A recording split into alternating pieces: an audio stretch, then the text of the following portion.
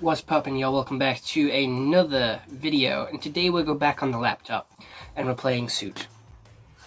Not Soot, we're playing Rakka. Continuing with Rakka, because I really liked that one.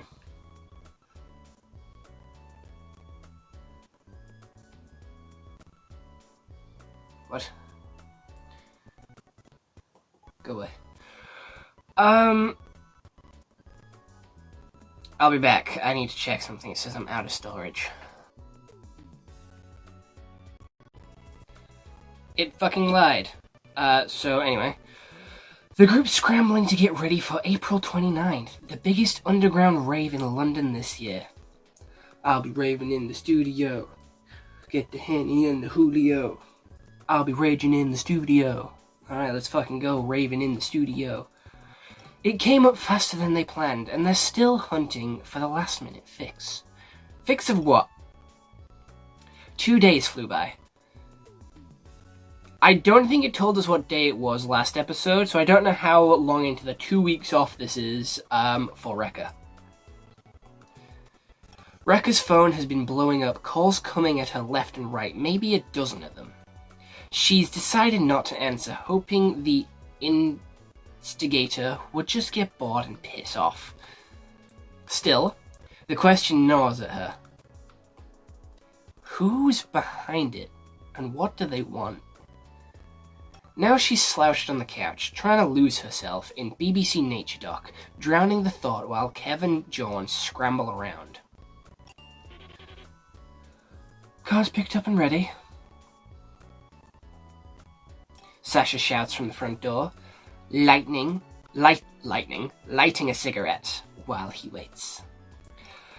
Calm as anything, packed out on the hood, counting the geese crossing the sky. The three inside ignore him. Rakka's phone starts ringing. Her stomach drops for a second before she checks and lets out a breath. Familiar number, finally. Yo, hey, sorry. Might be a little late, but can we get the usual? Oh, yeah, that's fine. Do you have a cell, or are you on a home line?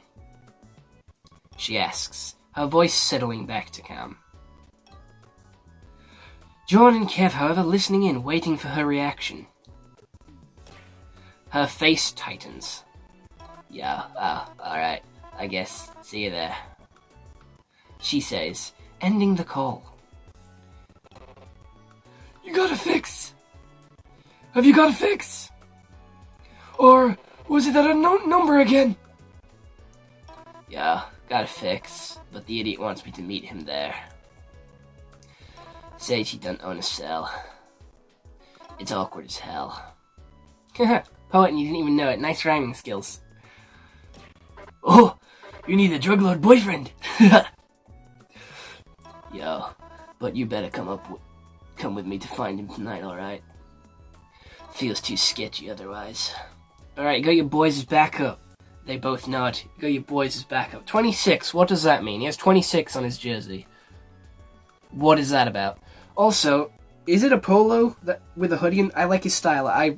He's very much my style. I'm not wearing it now, but I normally have the long sleeves on.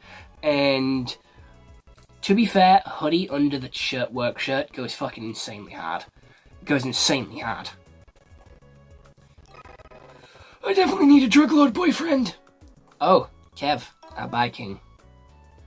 Love that. Yo, he's all yours. Rakka shouts, tossing their jackets at them. You all ready? I've been waiting downstairs forever. He says, tapping his foot impatiently. Yep, let's roll. Oh, shotgun. John yells, dashing out the door. Oh, vroom vroom. Oh, I like that. That's fucking sick. Loading screen. I just can't get over the art style of this game. It's genuinely so cool. Sun's going down low. UK garage mixtape fading in as twilight comes on.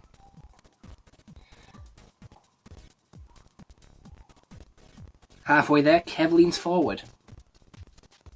I swear to God, if I see him poke up, I'm gonna be very upset. I know these are supposed to be lamps and lanterns, but they kind of look like kettles. Or like a jug of water.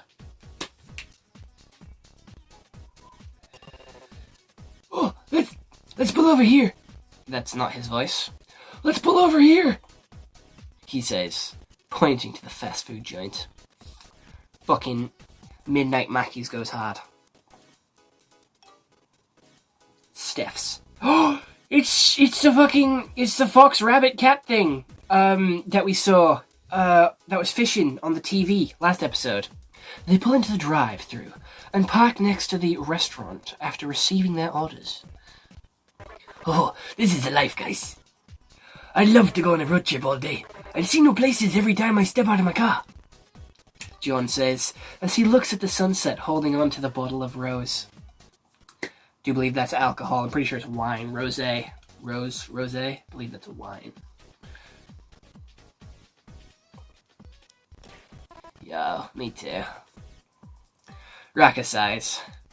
Kev reaches for the bottle. I'd do anything to get out of medical school. I'd love a vacation. Medical school is apparently extremely hard. Never done it, never want to, but apparently it's really hard. It's really long as well.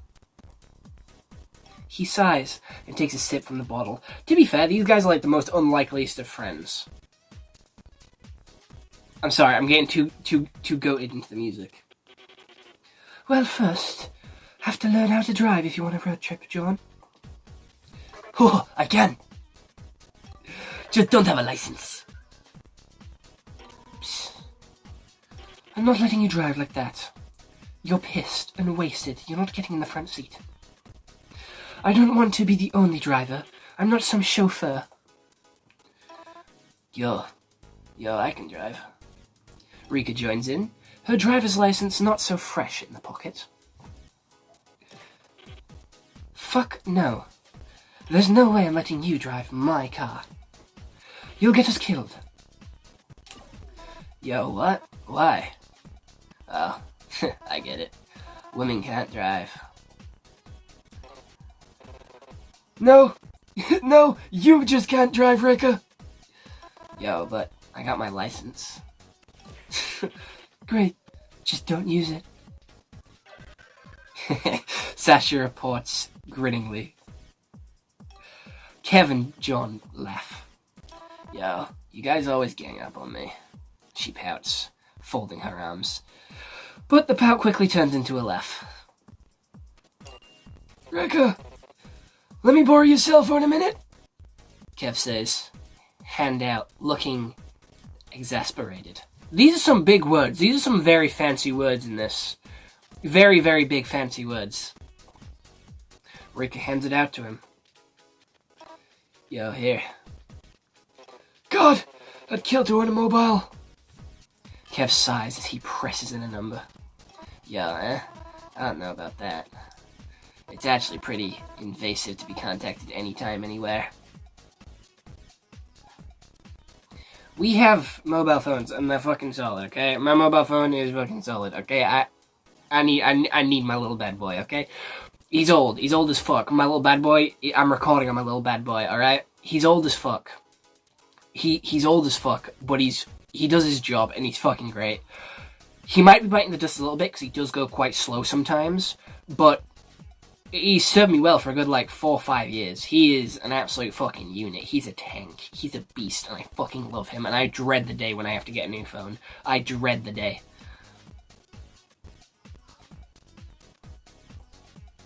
Rakka says, as she remembers all the unknown calls she's gotten up to until now. As Kev dials, his face shifts to annoyance. Alright, fine then. Don't come. He barks after a heated exchange, slamming the phone down. Yo, what's going on? That girl from our last escapade? Yup. She's not coming? Nope. We continue the drive. Continue the drive. What? Continue the drive. No, the music's gone. After about a 30-minute drive, they arrive at the disclosed location. Doing a little bit of a drug deal. See what we're getting. We can get some coke, preferably the diet kind. devil's lettuce, quite tasty, I've heard. No snow, forbidden slushy. What else is there? Can of dis. That I've heard that's good. You can get some pottery. All seem very nice. It's close to the beach, and there's sand scattered across the parking lot. Fucking grim. Oh, let's fucking go. Smoke coming from the inside. That doesn't seem fucking good. Loud thumps of the kick pulls them in. John and Kev quickly try to get out of the car or the thing.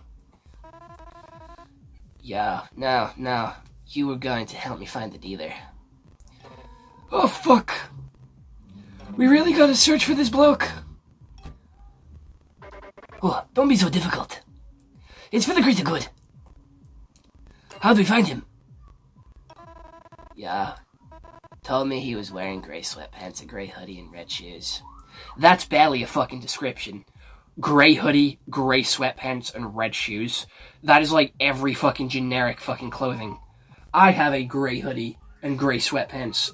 Oh, well, they're joggers. They're called fucking joggers, alright? They're not called sweatpants, but I was referring to this, okay? There is some American terms here which did confuse me in episode 1, because I did think it was set in America just because of these American terms, and I've never really heard British people say them, but there is also a lot of British stuff in here. I never call them sweatpants. They're called joggers, alright? Joggers. That's what they're called. Tracksuit bottoms, if you're fancy. Oh, no, wrong guy. That's just about what every guy looks like in here. Exactly, that's what I fucking said. Every fucking dude wears the same shit. Especially if they're going to a party club thing. They'll wear the same fucking shit. Unless there's a dress code of smart casual, you'll wear like fucking some smart trousers and a fucking shirt. Other than that, joggers all the way. How do we even know he's here? Yo, he's here for sure. This is like his job. Rakka says, rolling her eyes. John turns to Sasha. Oh, you gonna help? Sasha holds up his rolling papers, unfazed. Later, yeah? Need a minute to myself. Well, to be fair, he has just been stuck in the car with you three, which seem quite great people. They seem like great people, people that I would be friends with, but they do seem rather a handful and quite annoying, so a break could be needed. The three brush him off and head into the dark, crowded warehouse.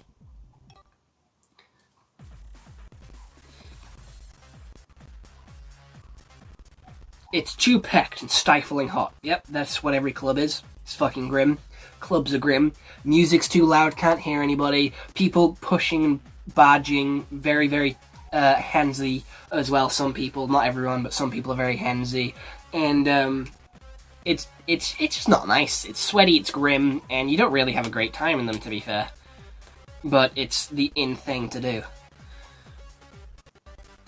Half an hour in, they're all dripping with sweat and squinting in the dark. Squinting in the dark. Why would you squint in the dark? Surely you'd try and open your eyes wider to like see where the fuck you're going. You wouldn't squint in the...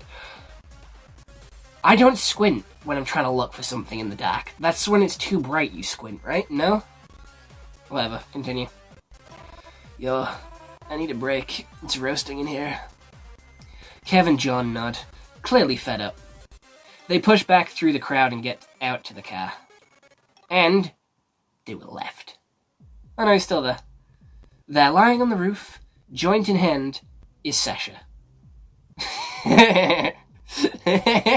Well, we found the dude in the grey hoodie. What a waste of an hour. Beside him, the dealer they've been hunting for. Yo, hey, you found him. The dealer gives a curt nod. Oh, shit. I was correct to give her the like, stoner voice.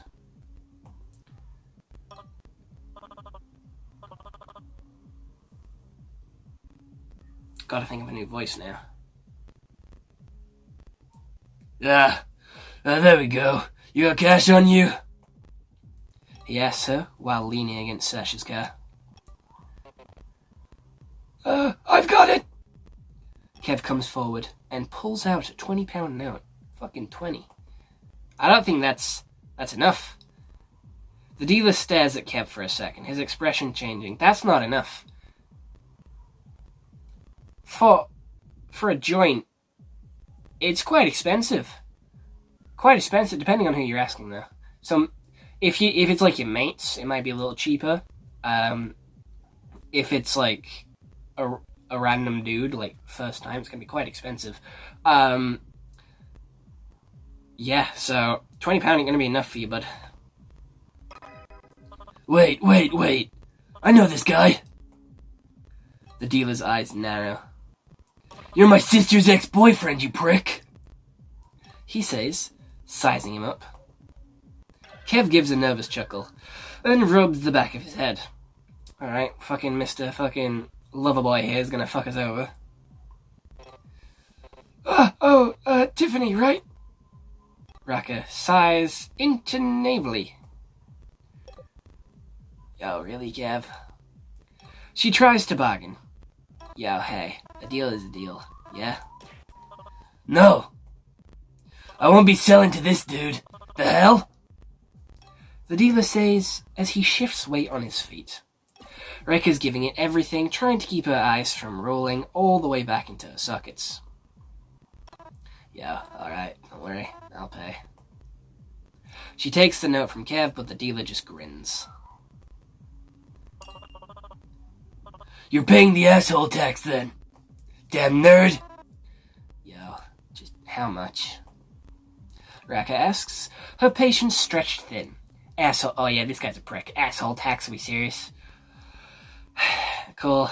Call it a $5 extra. To be fair, not bad. They're already getting a fucking good deal with a £20 note, so 25 is not fucking bad at all. It's a fucking $5. It's a fucking $5. Fucking piece of piss. That's like not even an hour of work. Like, minimum pay here for like a 21-year-old, which I'm going to assume these guys are, medical school and job, like 21, is like £12 an hour. So, it's not even fucking half that. Although this was back then. This was back in like 19 something, so money... Yeah, shit was a lot cheaper back then anyway.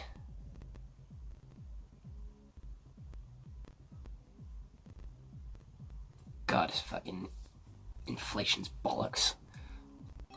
He starts, a grin grows. Or, you can go on a date with me, and I'll consider this payment done for. The dealer winks. Just give him the extra $5, just give him the extra $5. $5 or a date, £5, or an hour. For an hour of your time at work, let's just say it's minimum pay. Or an hour, maybe more, on a date with this prick. $5, just give him the $5, give him the fucking $5. John and Sasha ruffle their eyebrows. How do you ruffle your eyebrows?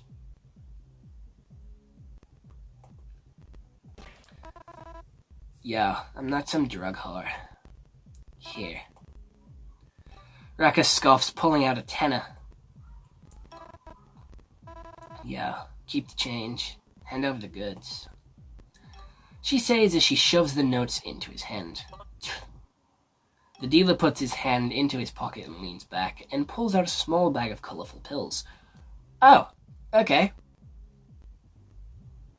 I don't think I know what this is. I don't have a clue. Here you go. There you go. He tosses it to her. This is like the perfect description of like not a drug dealer. Like media shows drug dealers as like really dark and like evil and sort of grim when like they're really not. They're really not. Yeah, thanks. Rakka reports as she puts the little bag into her pocket. The dealer lights a cigarette, still slouched against the hood of the car. Yo, you're missing out, he says, exhaling smoke with a lazy grin. Is he gonna try and sell us some like new off-the-market drug? Sasha perks up at that. Oi, how about you get your slimy hands off my car? Just had it cleaned. He snaps, down from the roof with a thud. Yo, the fuck you mean, man? Damn nerd. You were just laying on your roof. Your car's a wreck. Ooh, shit. Shit, you're dissing a man's car? I'm not a man, I'm not a man guy. I'm not a car guy, so... But car guys, very defensive of their cars. So, probably big bad move there, buddy. The dealer shoots back, defending himself. Yo, scurry off. You've done your job. John adds, stepping closer, his expression unimpressed. Rakka nods in agreement. Yo, you alright? Take your tips and go buy yourself a beer or something. Just quit boring us. The dealer glances between the four of them, starting to feel the dismissal. You lot fucking suck. Wrong voice. You lot fucking suck. No fun at all. Don't disrespect me, punks. He snaps, straightening up and puffing out his chest, standing proud and tall. Go seal another deal, bud. The dealer storms off, feeling belittled. He's got such he's so expressive. Compared to the others, he's very expressive. I love him. He may be a perv, but I love him. Fuck around and find out, bitch. He shouts from a distance. Rakka bites her tongue, resting the urge to yell something back at his retreating figure. Instead, she pulls out the bag of pills. Probably should have checked that before he walked away, see if they were official, see if they were good, see if they were the right stuff, see if they were... Yo, such a grimy start to the evening. Let's just forget about that, bro. She sighs, tossing the bag to Kev. Eat your heart out, bro. Are we gonna get a trip scene? It's wild how one tiny pill can send a whirlwind of emotions rushing through you. Oh, are we gonna get a trip scene? I fucking love trip scenes in movies. They're so fucking cool. Purely positive, of course. They're so colourful and bright and just so visually pleasing. The music goes so, calm as well with them. And shift your perception of time. Joy fills the air and starts to seem and the stars seem to shine brighter. Smoke spills from the warehouse in little puffs as the front door swing open and closed, like it's breathing. The bass throbs through the atmosphere, soothing and relentless. Rakka is chatting outside with a few girlfriends when Kev stumbles out of the warehouse slightly disheveled and sweaty. He spots the girls and makes his way over. Hey girls! How's it going? Kev says. His pupils are black as the night around them. He's fucking zoinked. He's fucking gone. Yeah, don't mind him. He's a fool.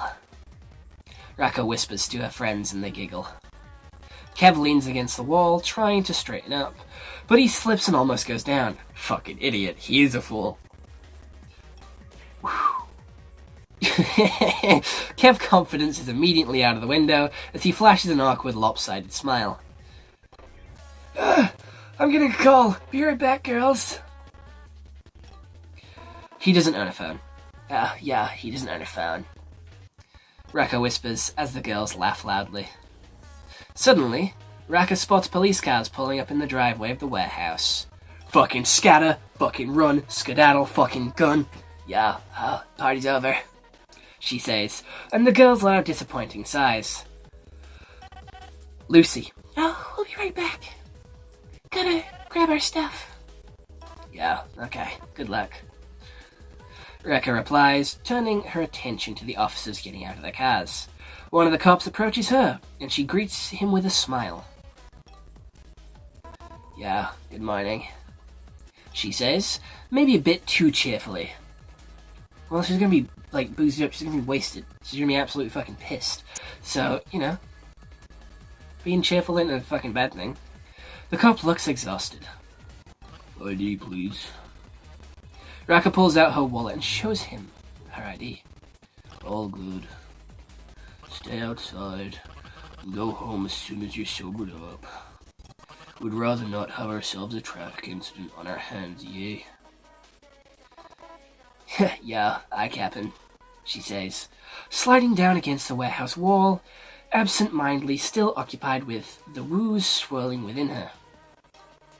She waits a few minutes, glancing around if she spots Kev, Sasha, or John. Kev appears next to her, out of the fucking blue, like a magician. Cloud of smoke, like Batman. Oh, took a piss break. What's going on? He says as he sits down next to her. Yeah, party's over. Shit. What's the time? About 5 a.m. Bro. Shit. Man, you really did me dirty down there. Yeah, sorry. I couldn't help it. I'll get you back for that. Yeah, you know, girls love clumsy boys, she says, trying to sweeten the deal. Yeah. Feed my ego. Please. Kev laughs with a tinge of desperation as he looks off into the distance. Alright, well, we got 2 out of the 4. Party's still going fucking hard. John and Sasha are still dancing inside, enjoying the rough environment. I don't enjoy the rough environment.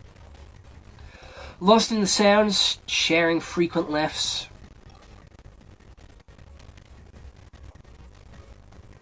Is he crying? What is that? Oh, that fucking pose though. Just this middle section here goes insanely fucking hard. See, I told you, I followed these guys on Instagram, and just because their art was so fucking cool, it was so unique, so colorful, and like, it was just good. I liked their art. I didn't even know they were making a game. So this is fucking really cool. And plus, it's another one of those things where it's like, go for it. Do your dream. Like, if you want to do something, fucking go for it. You can do it. You can make it happen. Anybody can make a game, and it's fucking good as well. Like, this is fucking good. This is a great game. Holy fucking shit. Oh, they're sweating. Oh, shit. Why is he clenching his fist? Ooh, shit, what's happened? Shit, shit's about to go down. Tap, tap, tip, tap, tip, tap, tip. Is it this police officer? The slow reveal, the action panels! This is like a comic book and it goes so hard. Why the fuck did we swing? And who's swinging? Who's swinging? Oh no, this is our boy, this is Sasha. We got fucking swung for. Then we got fucking our boy. Real. I'd be confused too if I just got swung for. Oh, it's the fucking prick.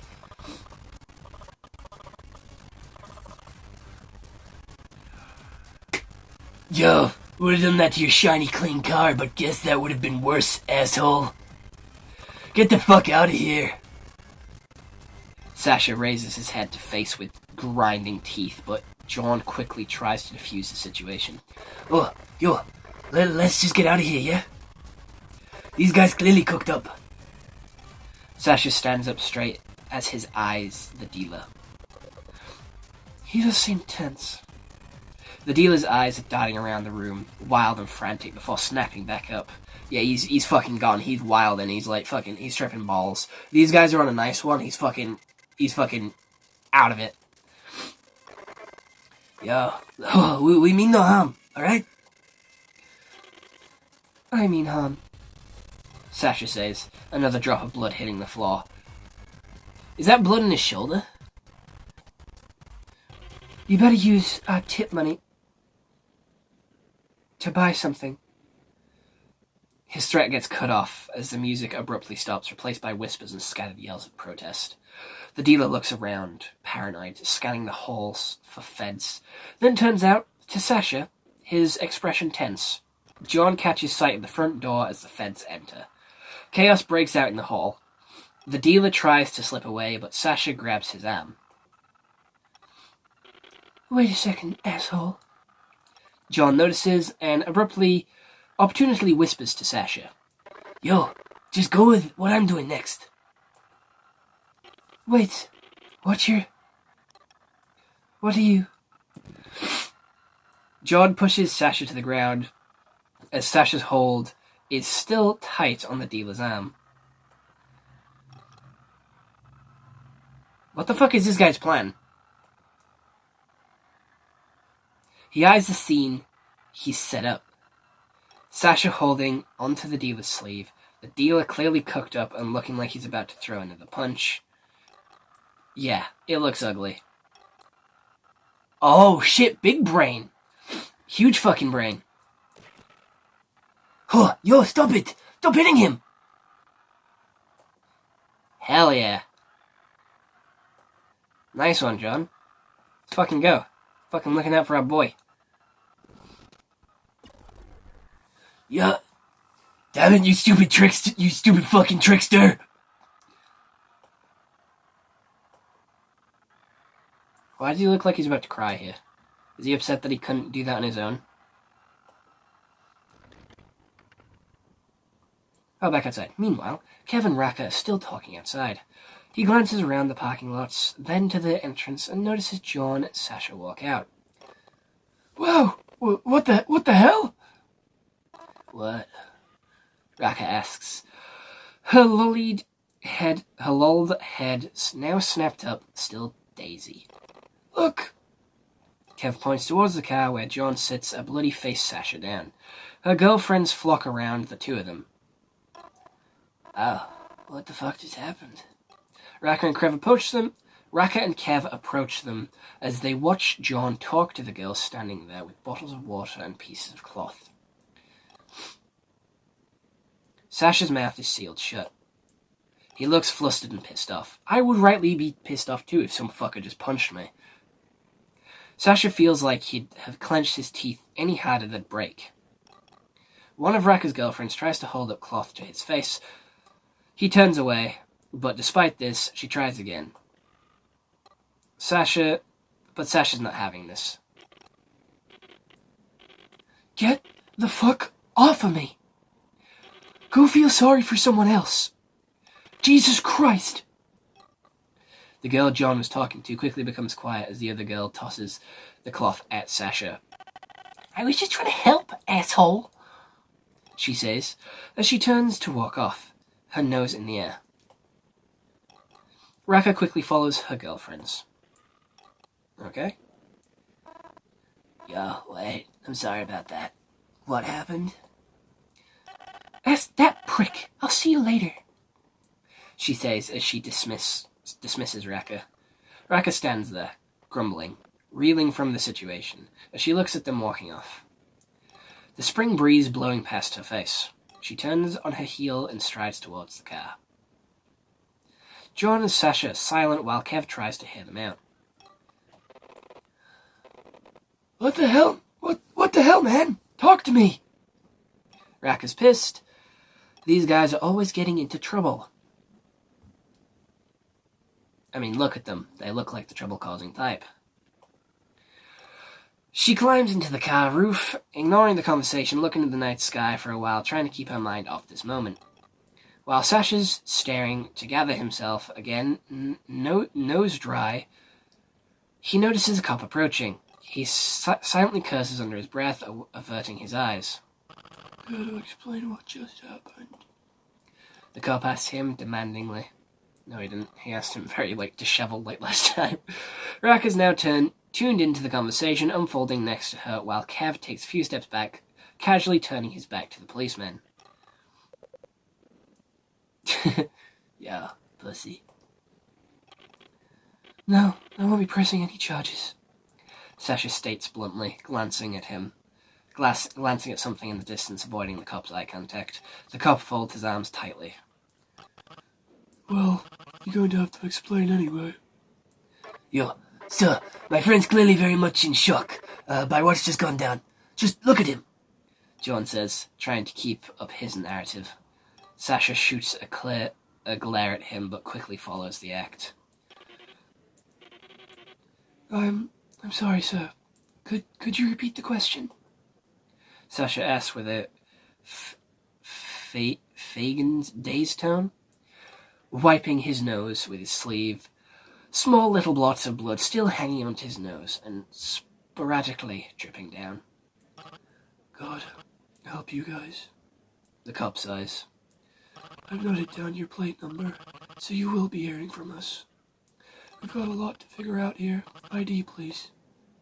Sasha tenses up, cursing silently as he rummages through his pockets, frustratingly flashing the cop his driver's license with a scowl. You better get sober before you go home. The cop warns as he backs off, turning to walk back into the warehouse. As soon as Sasha figures they're alone, he turns to John, aggravated. You!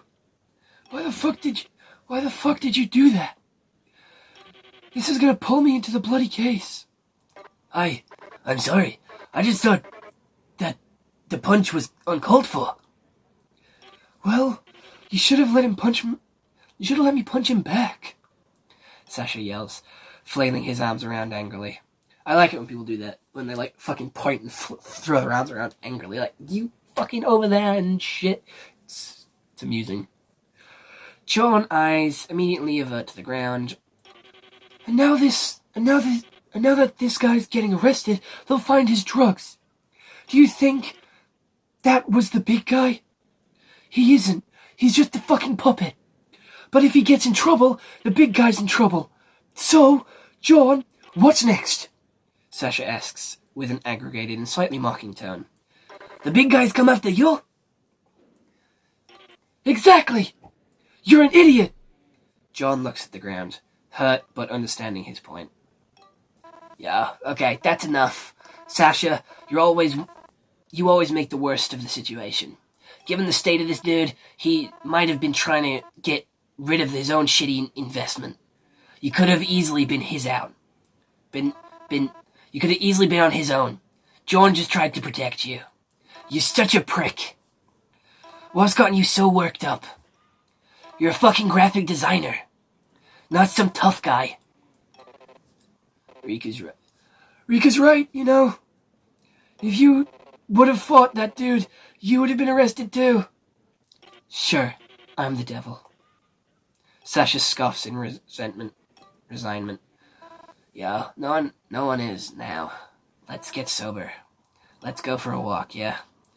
The sea's very close. The huff of fresh air will do us some good, Rika says, putting a hand on John's shoulder with a reassuring nod. Nope, I'm going home. Sasha protests. No, you're not. You're high as a kite, man. Kev says as he quickly blocks the driver's side of Sasha's car with his arms folded. Sasha stares daggers at Kev, mumbling something under his breath before he turns to walk off. Yo, you're going the wrong way. Rakka yells after him as she tries to lead. No comment. Sasha continues walking.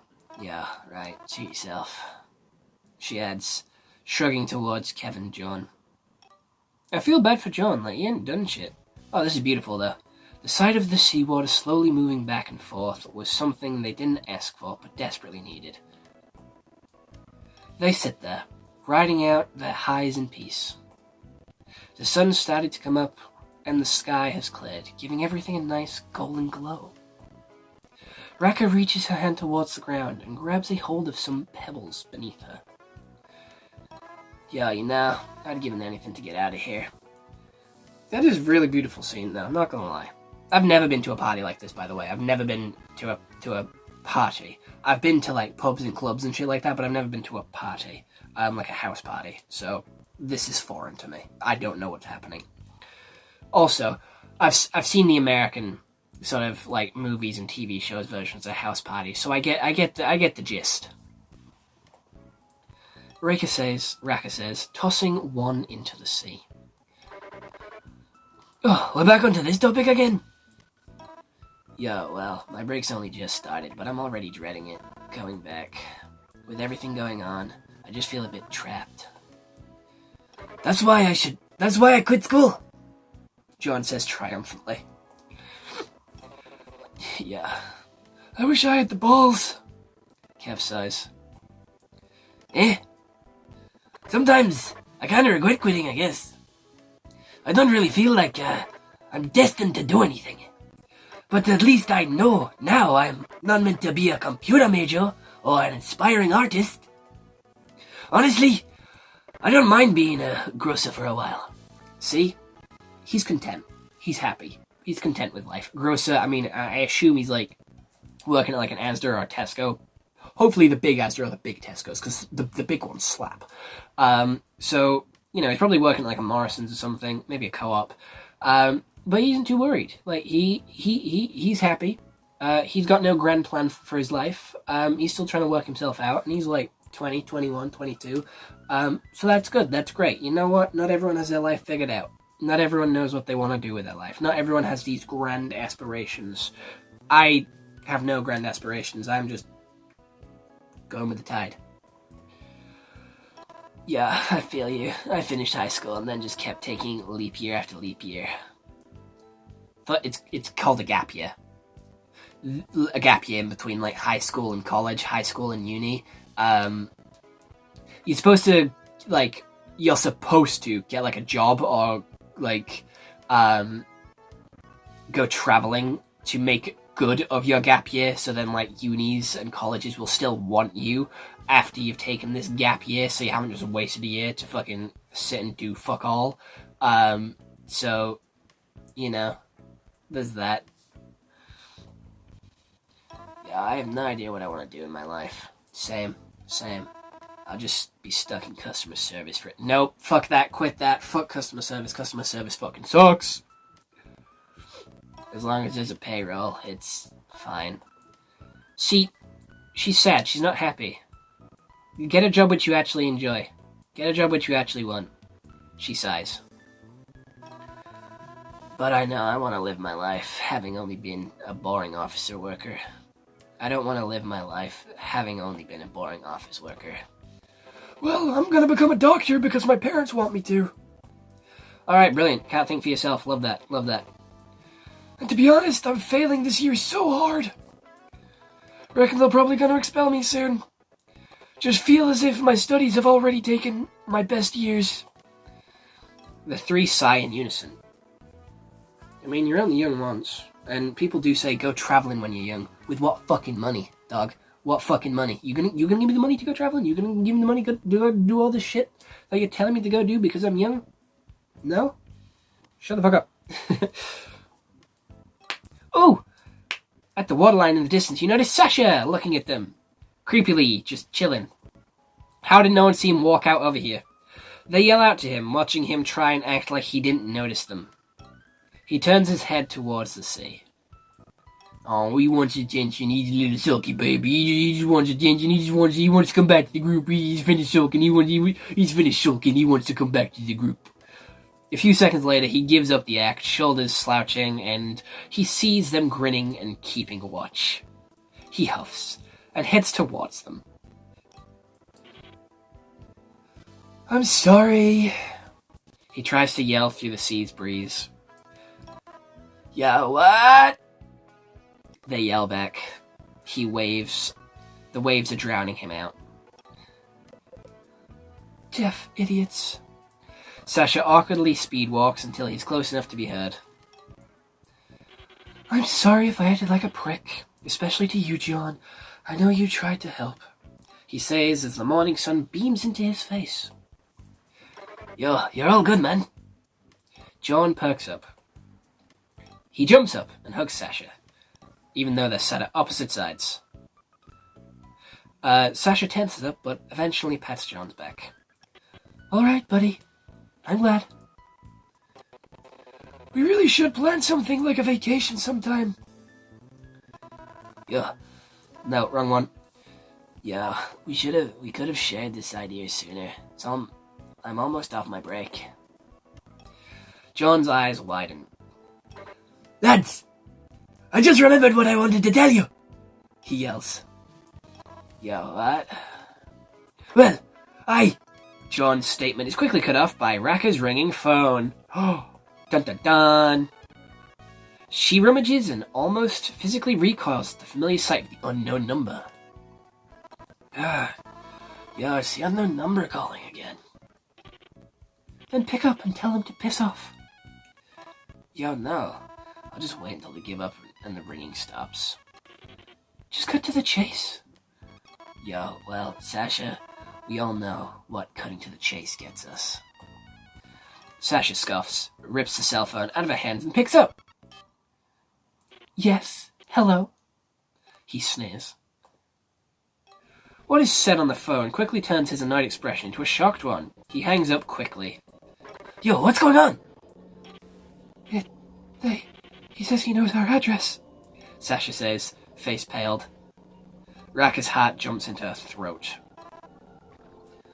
Oh, shite. Oh, God. Oh, yo, what the fuck? What the hell? She panics. What did we do?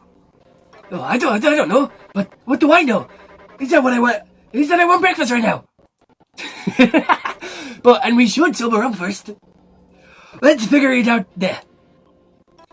Yo, but So what? They know our address. You're not there.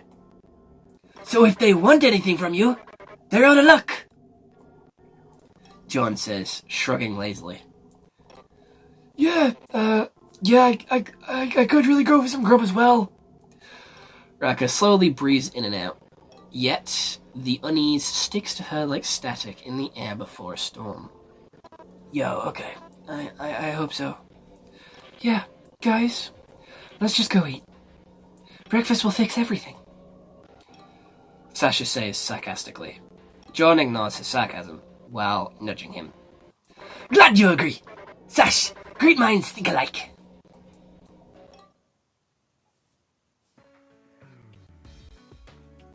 As the group starts to move back to the pier, John stops in his tracks. Right. Wait. Before we go and find a place to eat, I want to tell you about something I figured, so hear me out. Well, spit it out already. I know you thought I was, all trash. I know you thought it was all trash, Rika. But that quote from your gift package really intrigued me, so I decided to give it a look. Rika nods. John pulls a note from his inner pocket. Well? Push came to shove and voila!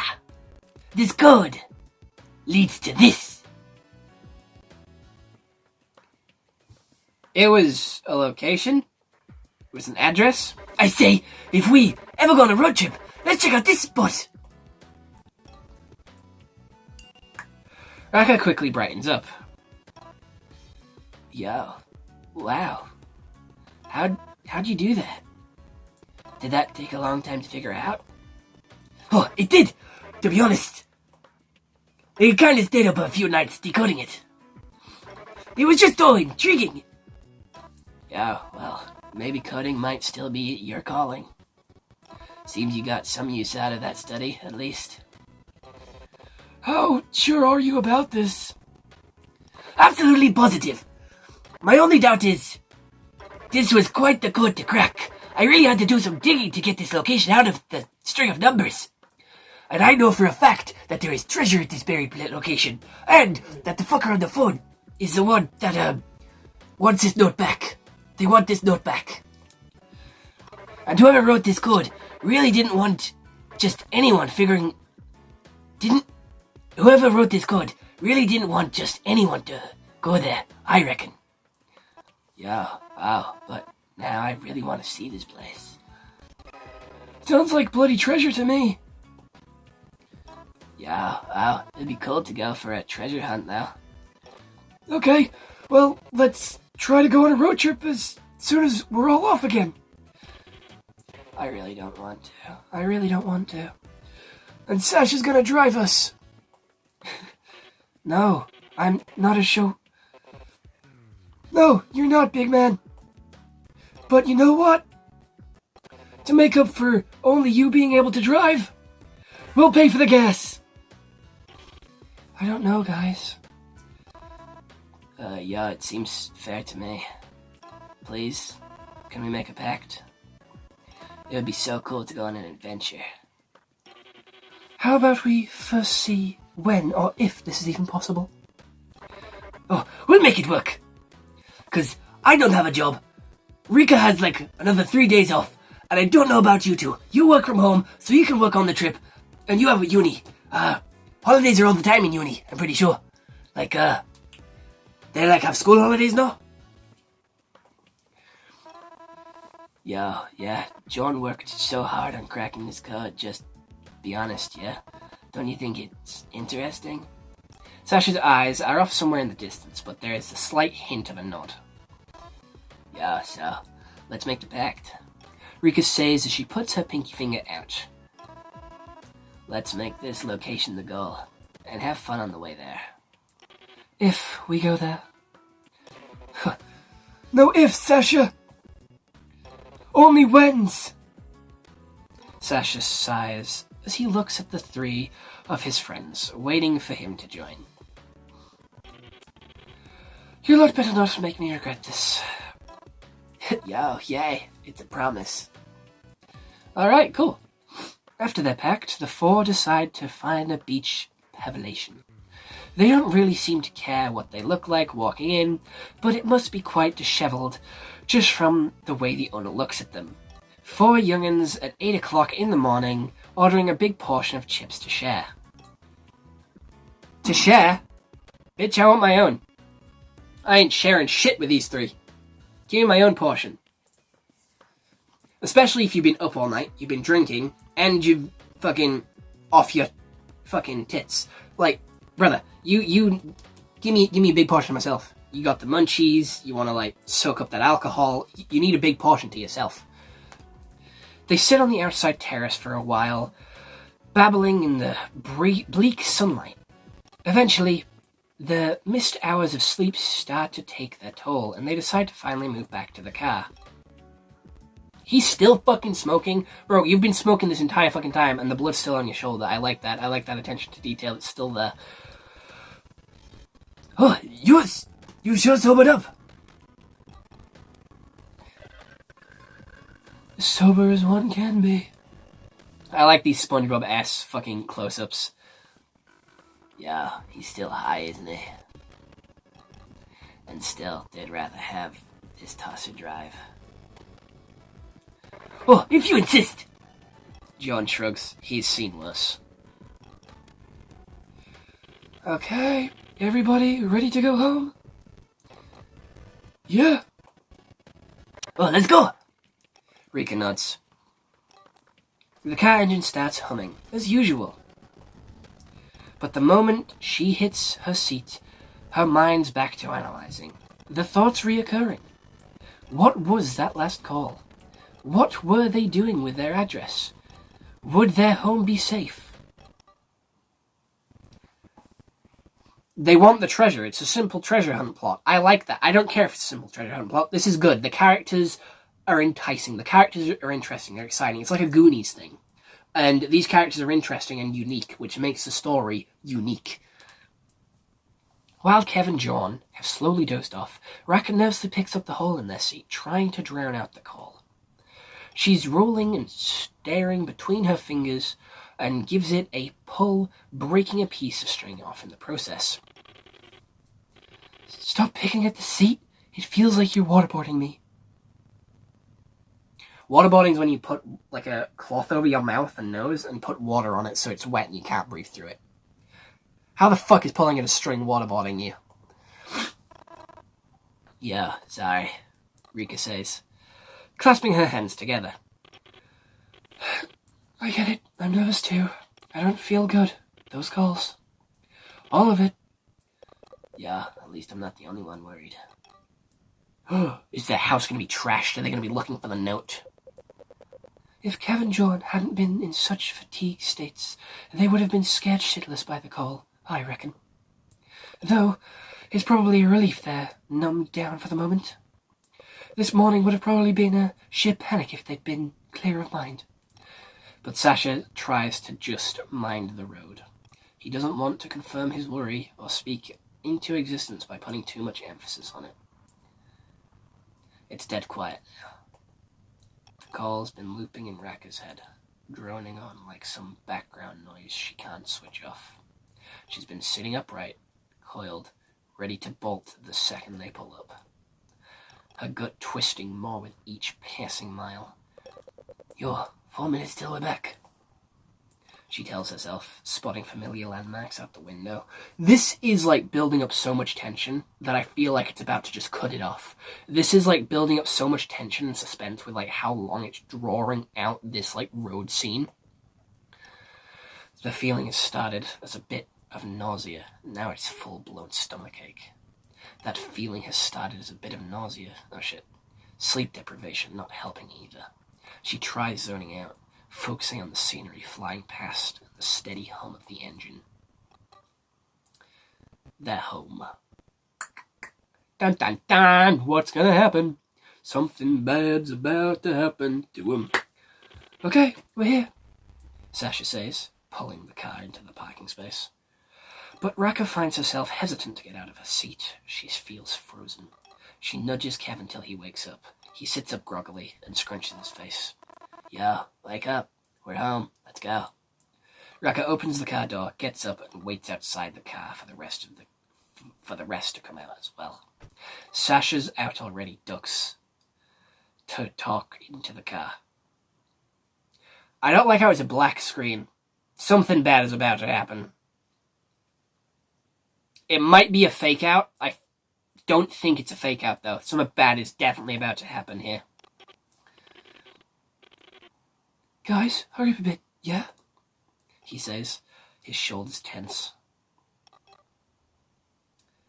Rakka's sure that Sasha, John, and Kev feel the same nervous energy swirl in the air between them as they stand in front of the landing staircase. There is four of them. Three pretty big fucking dudes. One big pretty fucking dude, and two scrawny fuckers. And like they said, they would protect her. So she has her bodyguards. She has her guard dogs on her. I still feel like she could put up a pretty good fight, though. I feel like Kev wouldn't be very useful. These two would be like the best. She would put up a decent fight, and he would be shit. Kev's the shit one. Kev is going to be able to do fuck all. That's my guess anyway. Oh, the staircase. It's as if they're silently fighting for who's going to grab the set of keys to open the door. Rakka volunteers, feeling responsible for the whole phone call shit show. Her heart pounds in her throat while she turns the key. The first relief could be that their door isn't in shambles. And guess fucking what? You three are the only three that have keys. Four are the only four that have keys. Also, your door has a window on it. Look through the window. Look through the window. See if anything's fucked. See if any sign of life is in there. But that might just be wishful thinking. Bitch! For a split second, she opens the door, her stomach drops. The air pushed out of her lungs. The corridors in pieces, jackets, hats, and clothes are scattered everywhere. They were looking for the note. She pulls the door shut again, feeling as if she might throw up. Yo, Rakka, what's going on? Rakka turns away from the door, facing the three, trying not to bawl her eyes out. I wouldn't face away from the door. I would walk backwards, looking at the door, just in case anyone came out the door, because these three are behind me. I know these three are behind me. So unless I hear a ruckus behind me, I ain't taking my eyes off that door. John quickly catches on. Oh. He rubs his face, looking down anxiously. They weren't playing about the address, were they? John grabs onto the house key. I'll do it. Rakka steps aside for him as he turns the key and makes his entrance. The rest follow suit. I would go in like a fucking... bash through the door, fucking sprint in like a fucking making loads of noise. Bitch. Fucking assert yourself. Come out. The sight of one's despair. However, it is 9 o'clock in the morning, so, making loud noises. Oh shit, the house is totally torn apart. Doesn't look like much difference. The house is totally torn apart. There's nothing seems to be missing or broken. That's good. Nothing's broken. So we don't have to fork out a fortune to replace anything, because all these are like student age, between like 19 and 25. My age. So you know what? Shit's expensive. Don't have to replace that. Very good. Rakka's freaking out. Guilt and fear mingling in her gut. Yo, oh my god, this is all my fault. Oh, I have to interact with shit. Okay. Okay, let's take a look at the other separate things. Okay. Paperwork is scattered about, as though it was been violently yanked from every drawer, every crevice of the house. Bank statements, energy bills, scattered pages of Kev's thesis, invoices, and half-ignored newsletter crushed underfoot like they never mattered. Most of these weren't even sorted into the living room. VHS tapes are thrown across the floor, one carefully tucked beneath the TV stand, ready to be returned to the rental store. Now their sleeves are torn open, as if they hastily searched through them.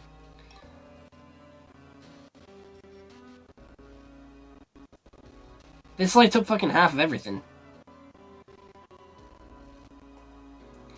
Sasha's sketches and commissions, once spread on the dinner table, have been disturbed. Some of them lie scattered on the floor, tangled in chaotic mess of papers and documents. A glass of paintbrush water is tipped over, its contents spilling under the table, soaking some of his now ruined work. What else can I click on? This is the last thing. The medicine cabinet is a mess, showing that whatever the intruder was searching for wasn't in there. The first aid kit left open, its contents scattered, and some bottles of disinfectant have toppled over. This is such fucking madness. What kind of nutter is this stalker? Sasha shouts, taking in the mess. He's frozen for a second, not sure what to do next, until his hat does a sudden backflip. Because of his work is all over the floor. What's he running for? His plant drawing? He ran into his room. His bed? A box of stuff on his... What's behind his bed? Oh my god, he had a safe behind his bed? What are you hiding, bastard? He lets out a shaky breath, relief for now. A gun! What the fuck? He has a gun? Guns in the UK are not allowed, so the fact that he has one behind a fucking painting behind his bed is fucking insane.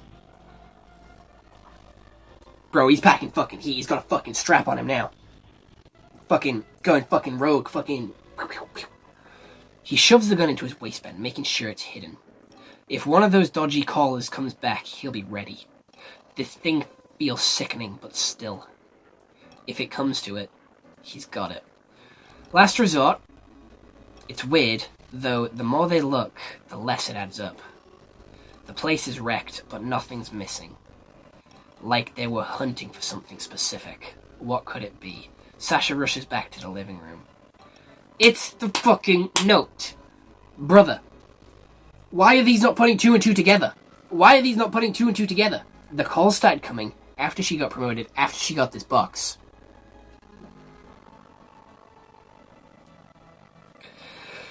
Rakka's on the couch, now head buried in her knees.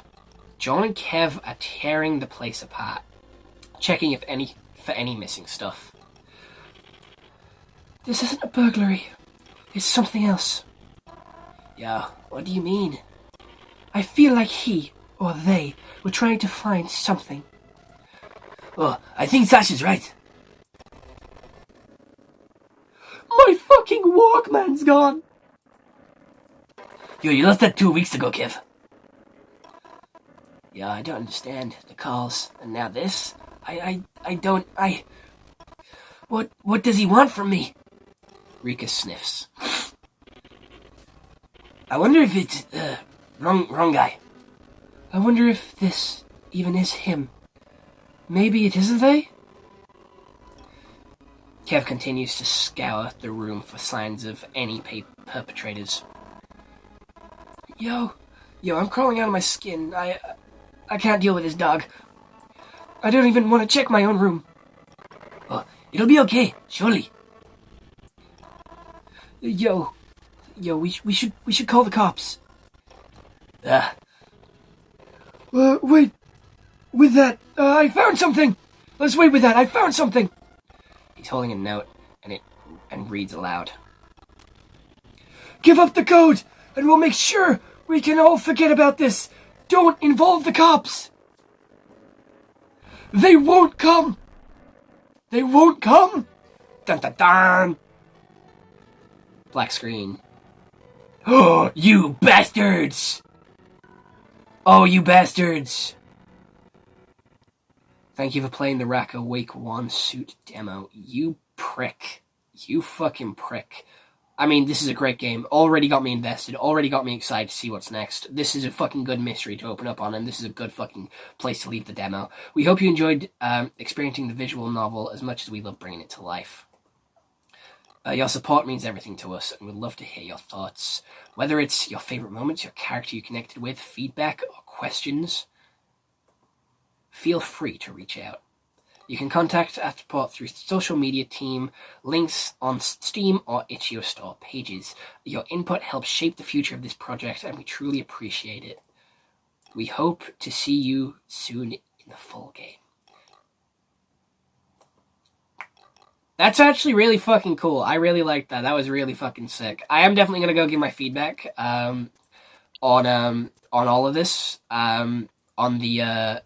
To the person that like messaged me on Instagram, because this is really fucking good, and I am really excited to play the rest of this. So if you haven't already, you should definitely go check out this demo, check out the full game when it does release, and wishlist it on Steam, because all these indie creators, all these indie games and indie artists deserve the love, deserve the attention, and I'll probably make some LEGO customs on this game as well, because some of these character designs are cool as fuck. So other than that, I hope you all enjoyed. See you all next one. Hope you all have an excellent day. And goodbye. Stay home and stay safe.